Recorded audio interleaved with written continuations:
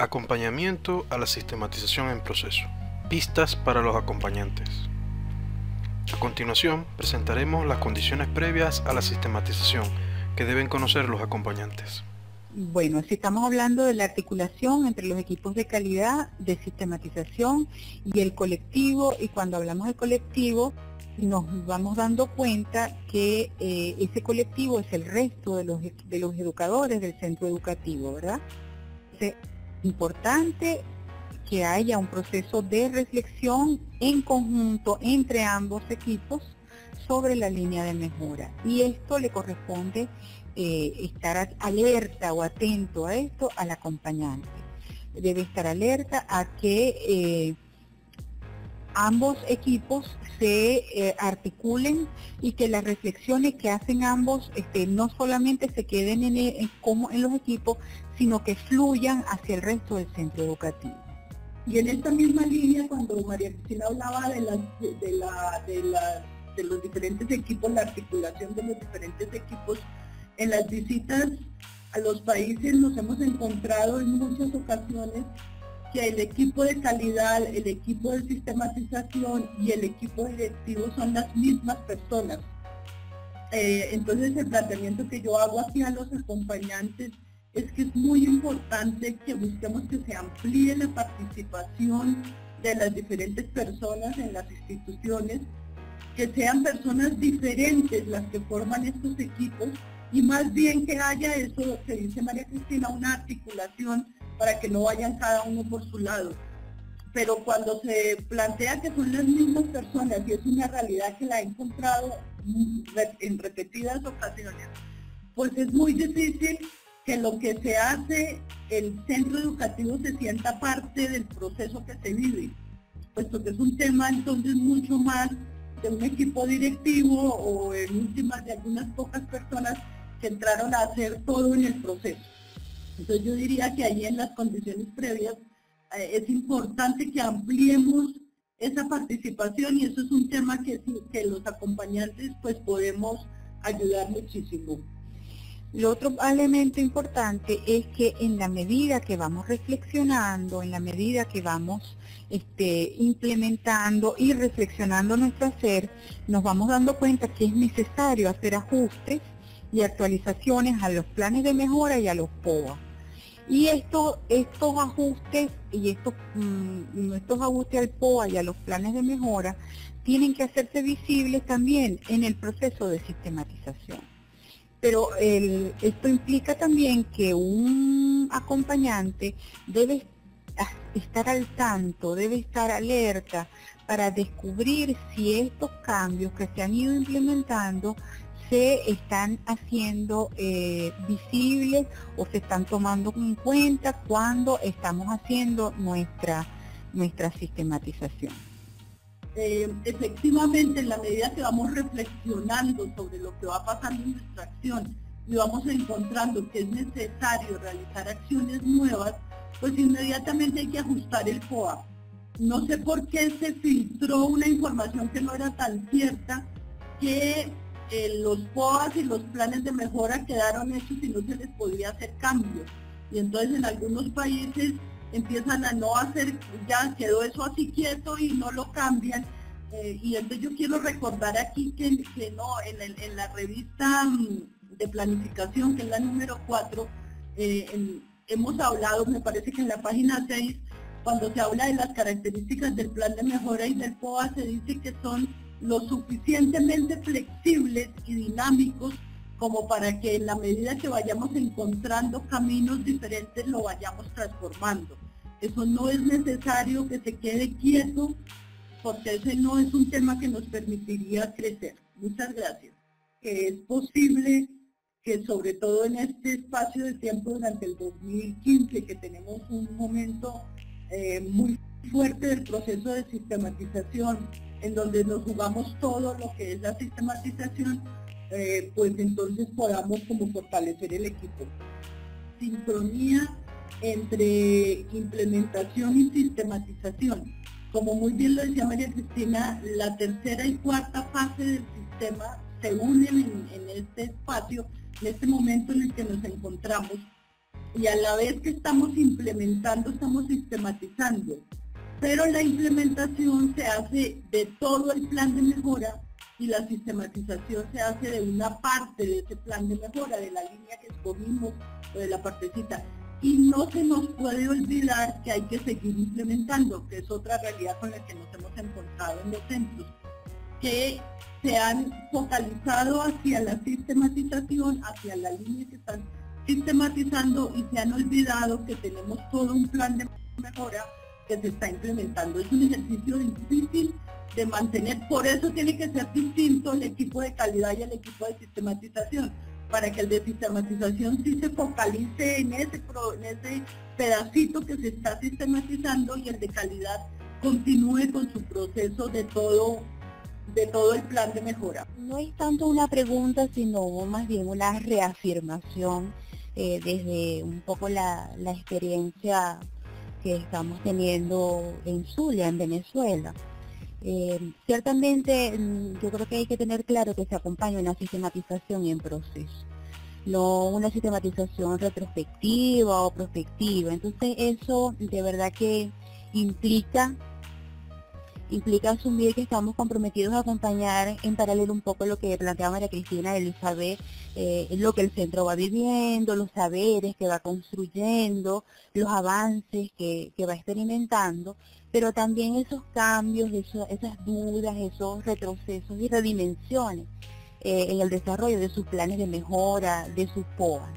Entendiendo que los procesos de formación que el centro va viviendo, producto en el marco del acompañamiento formativo, de su participación en las aulas virtuales, van a su vez pues promoviendo esos cambios en esos planes de mejora y en esos POA, ¿no?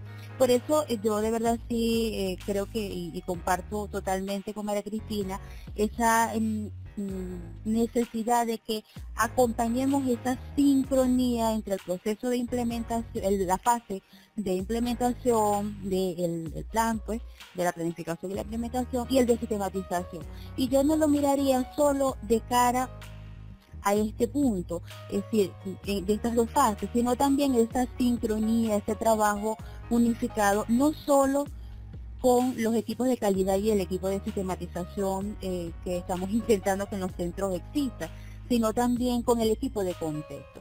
Porque el equipo de contexto es estos tres equipos articulados, engranados, para ir pues viviendo los procesos de formación, de avances, de mejora, de innovación y de sistematización unidos. Es decir, todo lo que es calidad, todo lo que es sistematización, pero pues en el marco de lo que el equipo de contexto puede ir aportando para la mejora en el centro y para las redimensiones posibles en la sistematización.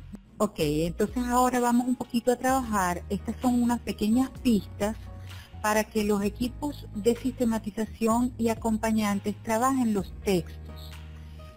Estas son específicamente para el texto que están construyendo, que es el texto de la sistematización, ¿verdad? Entonces, es importante como primer punto que se explicite lo que se ha vivido o lo que se está viviendo. Es importante que eso se vea claramente, lo que se está viviendo y lo que se ha vivido a lo largo de este proceso de implementación. Pero también hay que saber un poco qué sabíamos antes de esta experiencia. O sea, que teníamos algunos saberes previos y qué cosa hemos venido aprendiendo o entendiendo con el proceso de implementación. Otro elemento importante es, en la medida que nosotros estemos implementando nuestra línea de mejora, nos van a ir saliendo conflictos, nos van a ir saliendo dificultades, se van a formar algunos nudos que no sabemos y que en la práctica vamos resolviendo. En la mayor parte de los textos de las sistematizaciones que he recibido y que hemos leído, en ninguna parte se visualiza ninguna dificultad. Aparentemente ese proceso de implementación, sistematización todo fluyó perfectamente, no hubo ninguna dificultad en el proceso y es llamativo que no sé, solamente colocamos lo positivo, pero que a veces con estos nudos y con estas dificultades es que vamos aprendiendo más, y en la búsqueda de soluciones a los problemas que tenemos, es que logramos construir nuevas ideas o nuevos saberes, y eso que es tan importante no aparece reflejado en la mayor parte de los textos que hemos estado revisando. Enfatizar en la narración de lo que pasó. Cuando nosotros narramos, pero lo hacemos como si estuviéramos contándole a alguien, contando un cuento. En ese proceso en que vamos narrando lo que está pasando y lo que ha pasado hasta el momento, nos podemos al mismo tiempo distanciar del proceso vivido. Y esto es lo que nos va a ayudar después a construir los conocimientos, ese distanciamiento, ese mirar lo que estamos haciendo y ese contárselo a otros. Llama mucho la atención también es que las sistematizaciones que vamos recibiendo en muchos casos parecen más bien como un informe, como una tesis de grado o algo así, más que un proceso de sistematización en el que queremos ser creativos, llamar la atención, que la gente lea eso que estamos escribiendo. Entonces, por eso es importante evitar los esquemas y las presentaciones tipo PowerPoint, que son muy esquemáticas y que no recogen ni el hilo de lo que se ha vivido, ni el sentido de lo que se ha vivido. Es importante allí narrar, contar las cosas, seguir toda una secuencia lógica, una secuencia que también puede ser una secuencia cronológica de los hechos. Entonces es importante que narremos. A través del relato nos vamos distanciando y vamos construyendo nuevos conocimientos. Otra cosa que vemos y que nos encontramos frecuentemente con los centros educativos es que cuando se entrega, cuando escriben un primer borrador, hay la falsa creencia de que una vez que uno lo escribe la primera vez ya está listo, terminado, y ya ese es un documento que no hay que hacerlo más. Y lo importante es que tengamos en cuenta que el proceso no está finalizado. Nunca, cuando uno entrega por primera vez un documento, ese documento está listo. Eso es una primera versión que debe ser leída, revisada. Hay muchas estrategias que utilizan los escritores cuando escriben un libro, y es que la leen, la dejan descansar, la vuelven a leer, se la dan a leer a otras personas, amplían, buscan elementos que les enriquezcan la mirada, pero el equipo de sistematización debe tener muy claro que en una sola sentada o en una sola versión no va a tener terminado el proceso de sistematización. Yo creo que nos toca a nosotros como acompañantes lograr que se entienda eso, porque en la medida que tengamos esa conciencia no nos vamos a sentir tan mal si nuestro acompañante nos devuelve la sistematización con algunas sugerencias o con algunas preguntas para enriquecerla. Utilizar diferentes géneros discursivos para dar a conocer lo que sucede. Los educadores podemos usar el cuento, podemos usar la poesía, el teatro, la carta, los diarios, podemos utilizar distintos géneros discursivos que nos permitan, con el que nos sintamos más cómodos para hacer nuestra sistematización. Y en la medida que nos demos la libertad de ser como más creativos, creo que nos va a quedar mucho mejor lo que estamos escribiendo. estaba diciendo que en este tema de la escritura del relato, uno de los problemas grandes que se ha presentado es que no se describe lo que se hace y por lo tanto no se diferencia un centro de otro. Entonces, por ejemplo, puedo decir cualquier cosa. Dice, hemos hecho talleres de formación y siguen después diciendo otras cosas y hemos hablado con la gente, pero no se permiten describir en concreto qué pasó en esos talleres de formación, cómo se trabajaron los talleres de formación, que de pronto es ahí donde está la esencia del proceso y es lo que nos diferencia de otros. Entonces nos quedamos poniendo como títulos de cosas que pasan y no describimos en ese relato, no narramos y no describimos todo lo que sucede. Generalmente lo que hemos encontrado es que los centros cuentan cosas muy generales. Entonces dicen, por ejemplo, participamos o hicimos talleres de formación y luego trabajamos con los padres de familia y ya. Cuando la diferencia estaría en poder que nos cuenten y que narren y que describan qué pasó con la formación, qué fue lo que realmente se hizo, cómo la trabajaron, qué transformaciones generó esa formación, porque ahí es donde está la fuerza de lo que están haciendo, no en las generalidades, porque pues en últimas eso es lo que hacen todos, pero al hacer la sistematización nos diferenciamos y podemos construir saber desde lo que hacemos cuando logramos como llegar a aquello que es propio de cada uno de los centros educativos. Sí, un poco para reafirmar lo que está diciendo Elizabeth, por ejemplo, esto es un ejemplo tomado de una sistematización, dice así, de actual, reciente. Estamos implementando nuevos recursos y estrategias para mejorar y dinamizar los procesos de enseñanza, aprendizaje, rompiendo así con los viejos paradigmas. Y en ninguna parte explican cuáles son esos recursos, cuáles son esas estrategias, cómo las están aplicando, en qué consisten. En ninguna parte hay una descripción clara de lo que están haciendo. Entonces, en esta descripción, tal como lo dice Elizabeth, es que probablemente esté la innovación, el cambio y la fuerza de la sistematización.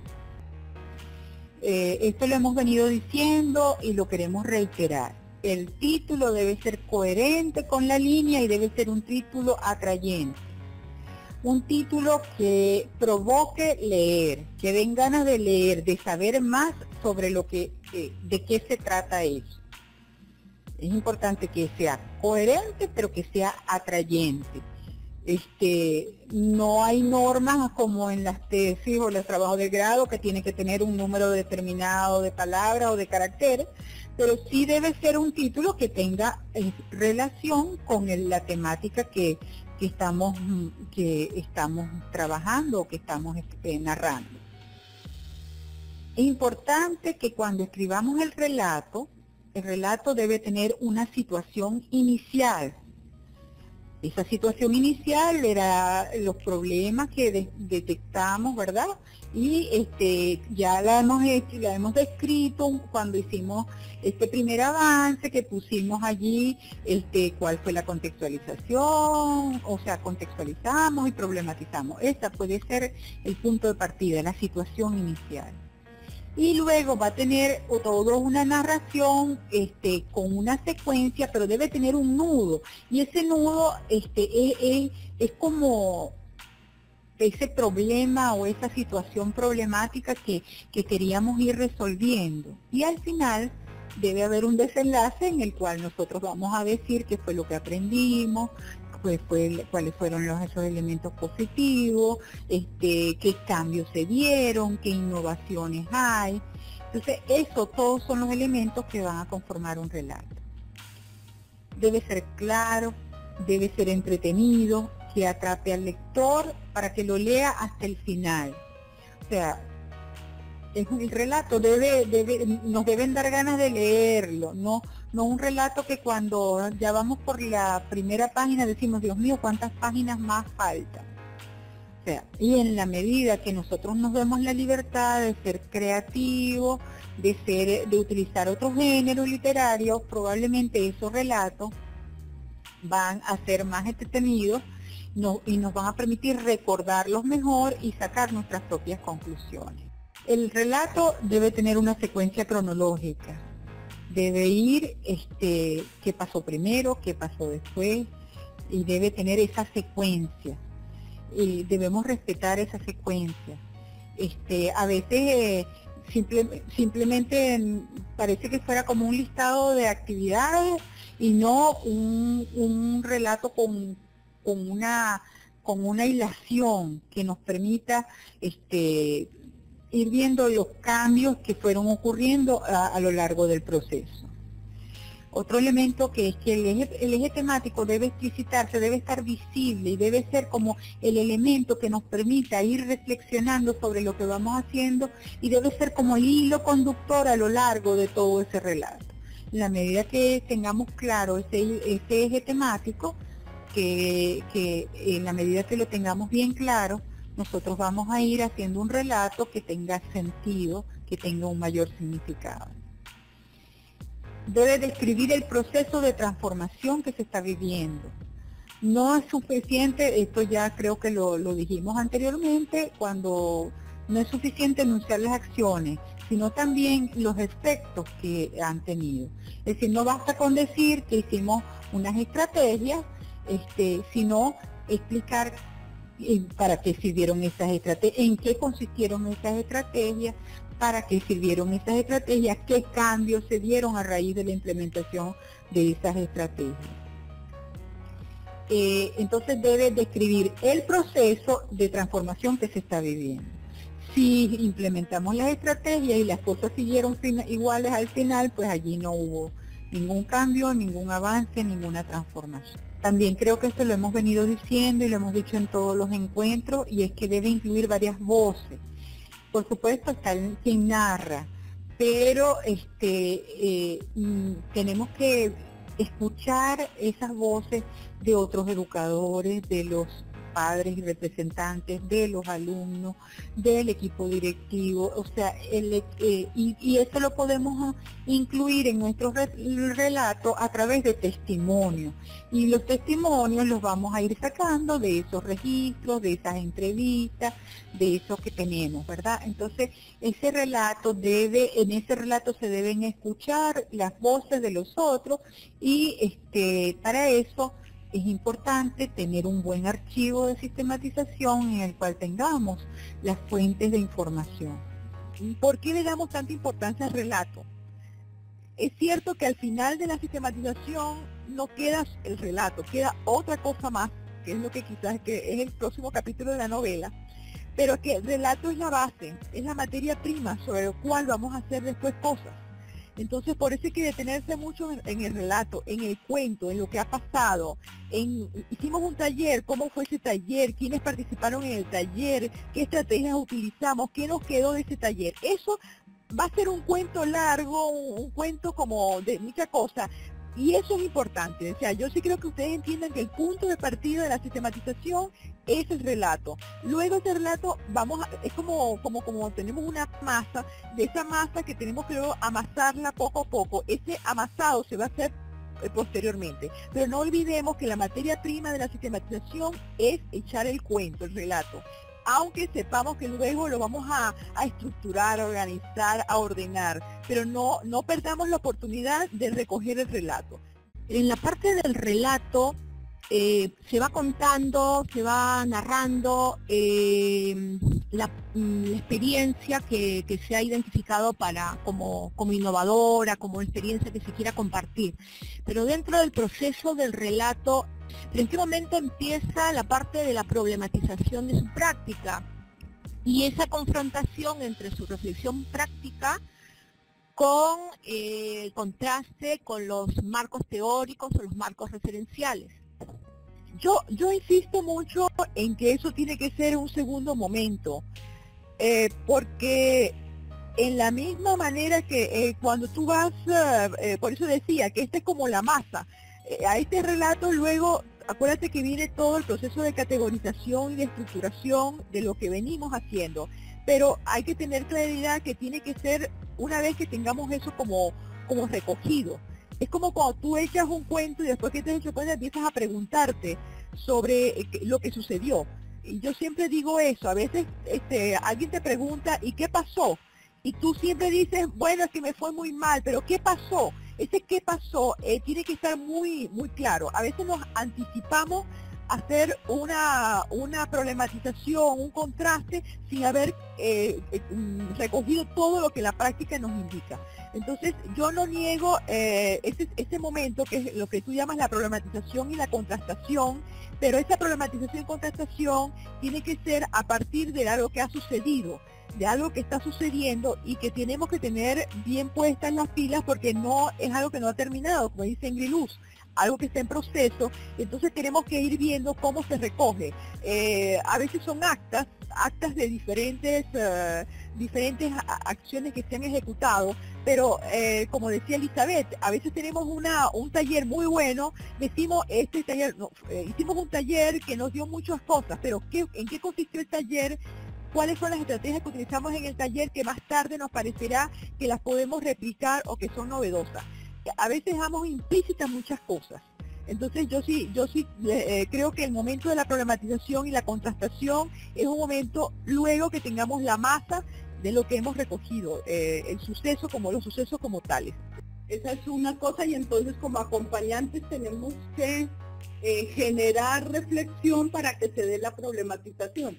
Pero luego hay un tema, es que antes de que se empiece a dar esto paralelo, tiene de todas maneras que haber un espacio de descripción de lo que voy a problematizar, de eso que empecé a hacer, sobre todo porque en el acompañamiento formativo hemos hecho mucho énfasis en este tema de la problematización y el ajuste de los POAS como un proceso paralelo. Entonces sí es importante que lo tengamos muy claro. Una recomendación que hemos venido haciendo y que nos parece que es muy importante es que cuando un acompañante revisa un relato, es importante que más que decirle, mira, esto está mal o debes añadir esto, o sea, es importante que se le hagan preguntas al relato. Al plantearle preguntas al relato, la persona se va a interesar y le va a servir para ampliar la información, para profundizarla y ir aclarando de manera que sea más legible. Entonces, sugerimos que los acompañantes, más que decir esto sí va o esto no va o esto es así o no es así, es importante que los acompañantes, en la medida que que van revisando, hagan muchas preguntas para que los que están escribiendo el relato tengan ese deseo de ir avanzando, de ir ampliando y de ir profundizando. La sistematización no necesariamente tiene que ser de un proceso exitoso. La sistematización puede ser hasta de un proceso que no fue exitoso. No evaluemos los procesos anticipadamente, y esa es una de las ventajas que tiene la sistematización con respecto a la evaluación, y yo puedo tener aprendizajes muy buenos de procesos que no han sido exitosos. Entonces, no perder de vista que el mismo hecho de reconstruir y recuperar un proceso nos puede servir para problematizar y para aprender muchas cosas y para mejorar. En la medida que nosotros hagamos un relato descriptivo amplio y ese relato cuente las cosas, en esa misma medida va a ser posible establecer categorías, más riqueza en cuanto a las categorías de análisis del relato. Esto, la forma más sencilla y la que hemos venido utilizando durante todo este tiempo es leer ese relato, volver a leer ese relato, subrayar lo que llamamos ideas fuerza, y a partir de esas ideas fuerza tematizarlas y sacar categorías. Pero si es un relato pobre, en el cual no hay descripción, en el cual no se explican las cosas, va a ser muy difícil tener una riqueza en cuanto a las categorías de análisis. Es importante saber que también como sistematizadores o como sistema de mejora de la calidad ya nosotros tenemos algunas categorías previas. Y esas categorías también tenemos que tomarlas en cuenta. Creo que eso sería la forma más sencilla de ayudar a un centro a categorizar.